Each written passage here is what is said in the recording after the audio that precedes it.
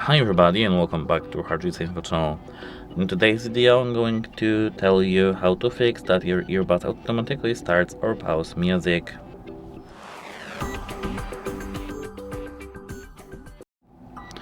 The player or music application in question has stopped running or crashed, so check that and update the player if needed. Of course it may be needed, it's because some applications, some developers may roll out some bugged version, so remember that. Try updating the application, reinstalling it, etc. Update your earbud software version, firmware version actually, to the latest version. It's because it's important too. And if it didn't help you, do a factory reset of your headphones. To do so, hold the function button, which is here, for at least 10 seconds while the case is opened.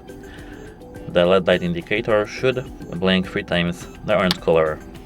And of course, if it didn't help you, you have to contact device support. It's because your device may be broken. That's it, hope it helps you and goodbye.